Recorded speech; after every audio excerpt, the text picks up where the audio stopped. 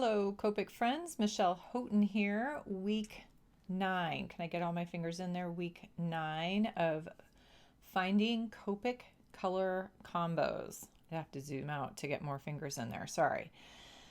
This is, believe it or not, a small mushroom that I found on a walk.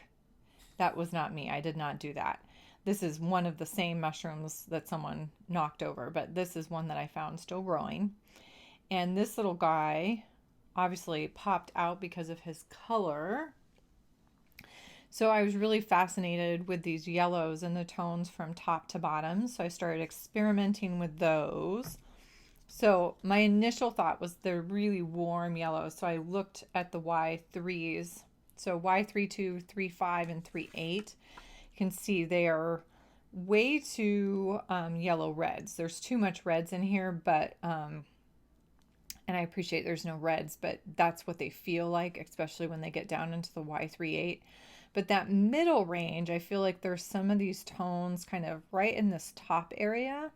And so I'm holding on to my Y35. Then I thought, well, let's go more lemony. So I went to Y1s, and this is a Y11, 13, and then a 17. I did not realize that 17 went this yellow red. I've used it before, but this one shocked me when I put it down on the paper and then looked at it. So we're still way too, don't go there. But again, for some reason, this middle range had some appeal to me. So the last group I pulled out was the one in between, the Y2s. The 2-1, 2-3, and then a 2-6. And I did not pull out the 2-8. I just don't feel like it's getting that dark. But I feel like I've got tones of all of this, but I need to warm it up a little bit. Then I lost some of those kind of red hues. And then I needed to play with something down here as well, where it gets much cooler into some cooler yellows. So here is my thinking process. So I looked at all three of those yellow families, the 1s, the 2s, the 3s. None of them suit perfectly, but I think I can find something in the middle. So what I went with, make sure we're on, I started with, where'd it go? Okay, is actually the Y13. And I went ahead, I'm going to give you kind of a full range here. And then I'm going to come kind of from both ends a little bit so we can kind of play with this. And then I used a Y21.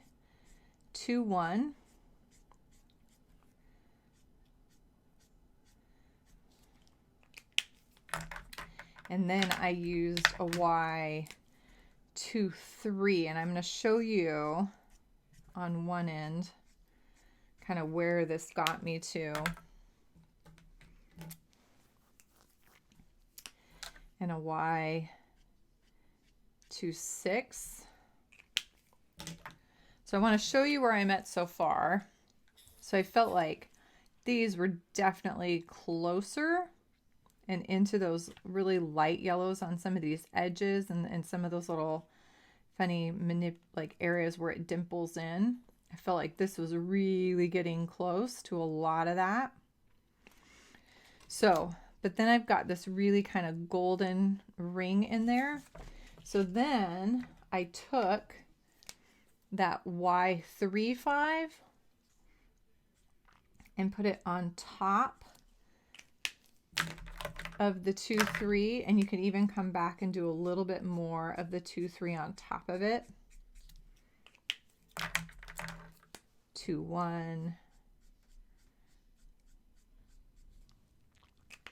And this, by adding that 3-5 in there, I felt like I got into some of those really bright, there's some really tiny areas where it gets kind of more into that orangey color, but adding little touches of that, I know I could add some pieces of that into some of those small areas. So then the last little question mark was down in here as that mushroom curls under, and we're getting that little bit of shadow, and it cools down. We've got the greens underneath that are kind of reflecting up, and it cools down because we're getting away from any sort of light source. A couple things you could play with. You could play with some greens. I decided to go with a complementary color. So opposite on the color wheel, which is a violet. And I promise I'll write these all down here in just a second. So this is a V01. And then if I go ahead and take my yellows and put it right on top. So this is my lightest yellow, and I just want to show you right away what that does. Look what's happening. It's getting me right into that range. And then I can even add just a little bit of that Y21. And obviously some of this is happening because it's still so wet. But that is going to put me right into that grade shadow range. And so I may not even have to go into those darker Y colors. It's going to keep me cooler. And you can play around, as always, about what sits on top and what goes underneath. If I really wanted to get darker, maybe I need to come back in and add that on top. It's looking like no. It's looking like it's going to violet. But I could add some of those darker shades. So these are the sets that I think were going to get me where I wanted to go. So I've got Y13, and then going this way and this way, I've got Y21, Y23, Y26. This way we had Y21, Y23, and then Y35. That's what got us to those kind of more orange, yellow, red pieces down here, and this got to that more grayed, darker. Here we started with V01 and then did the whole thing with Y13 and a little bit on the end with Y21 and even Y23 down here. So this is what I felt like was getting me the range that I wanted. So again, experiment with color, have fun with it. I will keep coming back on Fridays to kind of tell you my thought process when I'm looking for those realistic. And I would not, to me, this is fun to find some of those combinations. And then I wouldn't necessarily worry so much about, am I getting it in the exact spot when, if I was coloring this image, if I sketched it out really lightly and started coloring it. It wouldn't have to be super precise, but the fact that I can match those colors up pretty well, I love that aspect of realism coming back into my artwork, even if it doesn't end up looking identical to this. So I hope that's helpful. I hope you guys are continuing to enjoy these.